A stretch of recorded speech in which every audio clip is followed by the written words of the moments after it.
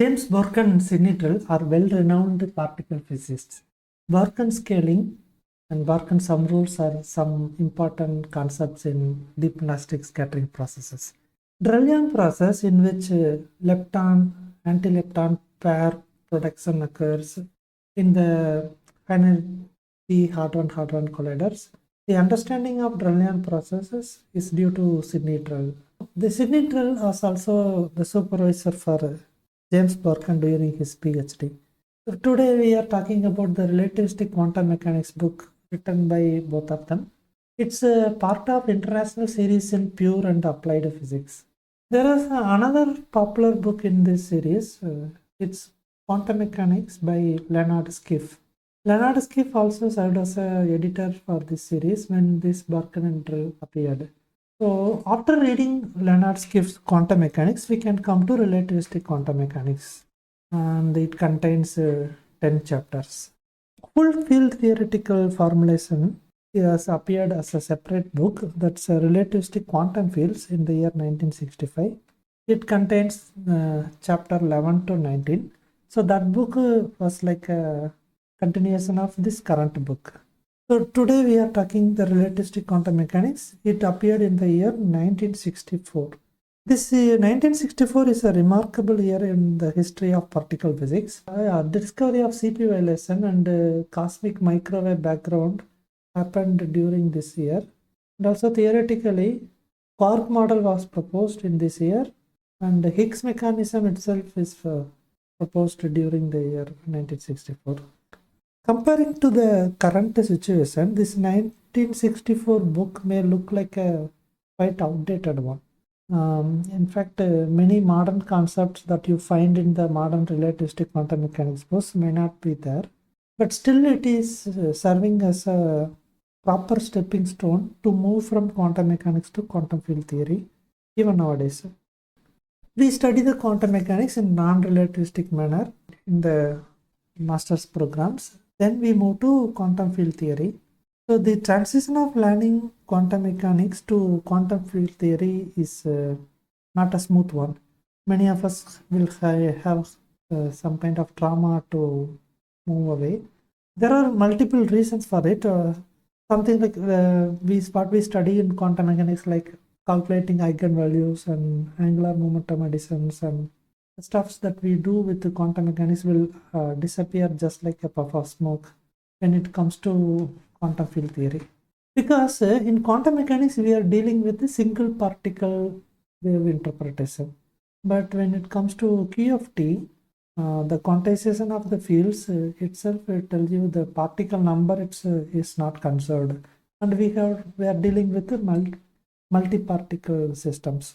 So this transition is not smooth one when you invoke relativity to the quantum mechanics.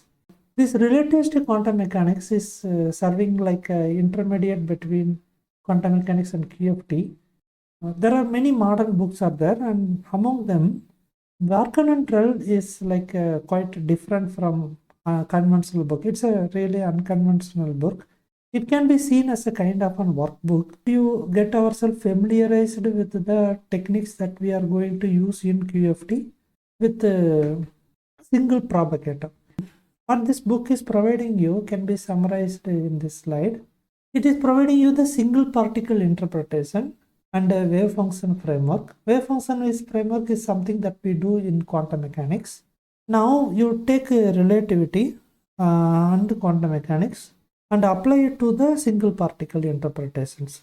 So what's happening? A particle which is in a space-time point is propagated from that point to another space-time point in a 4-dimension. So this transition of moving from one space-time point to another space-time point is considered as a propagator, a single propagator. This book is providing you all the necessary calculation to compute the probability amplitude for a different type of particles like Dirac particles, photons and glycodon mesons in a propagator theory. So when you come to QFT, we are dealing with a large number of propagators because of the non-conservation of particle numbers, as well as the other things. Only considering a single particle propagator, we can design the Feynman rules and do the calculations which are required to many known processes, very simple processes in electromagnetic weak and strong interactions. That's what the goal of this book, and it's serving you very well. Also, this book is take you away from the traditional perturbation theory, and also it won't go directly into the multiparticle quantum field theory. It is exactly placed in between. So this is providing you like a proper stepping stone to move to QFT. So the other type of advantages are getting ourselves familiarized with the techniques that we are going to use. Some of them like renormalization program, radiative corrections in low order calculations. These are like tools that we are going to use in the QFT. Those things we will get familiarized only with the single propagator. So propagator theory is quite easy to understand because it's just one step away from the usual wave functions framework. There is a final point which is being very close to the experimental numbers that we detect through experiments. So the calculation that we do with the propagator theory, and we always make ourselves conveniently close to these numbers and get ourselves convinced with what we are actually calculating. Now we come to the chapter arrangements. The first chapter deals with the Dirac equation. The next chapter is Lorentz covariance of the Dirac equation. The third chapter is about the solution of the Dirac equation for a free particle. Each chapter is like a 5% of the complete book. These three chapters are written in SI units. So in the high energy physics, we always go to the natural units and do the calculations, because natural units are phenomenologically make you to understand the experimental numbers quickly. The interpretation of what we calculate through experiments and what we calculate the theory, you can relate very quickly when you do that with the natural units. But we study quantum mechanics in the SI unit system. So this is another advantage of using Bjorken and Drell, where the smooth transition of going from SI unit to natural units will happen in these first three chapters. Pauli-Hutchinson transformation is discussed in the fourth chapter. It is about a non-relativistic approximation of Dirac equation. The fifth chapter is about Hall theory. Nowadays, nobody is talking about a single particle interpretation of Dirac field. We in the QFT framework. So it may look like the fifth chapter is quite outdated one, but we will get familiar with some of the symmetries that we are going to observe in the nature in this place itself, like charge conjugations, vacuum polarization, time reversals, those type of symmetries we can deal in this whole theory here. The next chapter is the propagator theory. It's a proper introduction of how to deal with the propagators and get ourselves familiar with green functions, techniques, and other stuffs. And first we start with the non-relativistic propagator, then we move to relativistic nature. Propagator in the positron theory will be discussed in this chapter. The seventh chapter is about calculating transition amplitude and doing the cross-section calculation for quite a lot of quantum electrodynamics, QED processes. Coulomb scattering of electrons, Coulomb scattering of positrons, electron scattering from a Dirac photon, Bremsstrahlung processes, constant scattering, pair annihilations, electron positron scattering, also polarization in electron scattering. These are the stuffs will be discussed in this seventh chapter. So the seventh chapter is like 17% of the book, and they will make you completely familiarized with the quantum electrodynamics processes only with the single particle interpretation. That is really important. It is less burden compared to doing it in the full quantum field theoretical framework. And also you will really see how close you can go to the experimental numbers.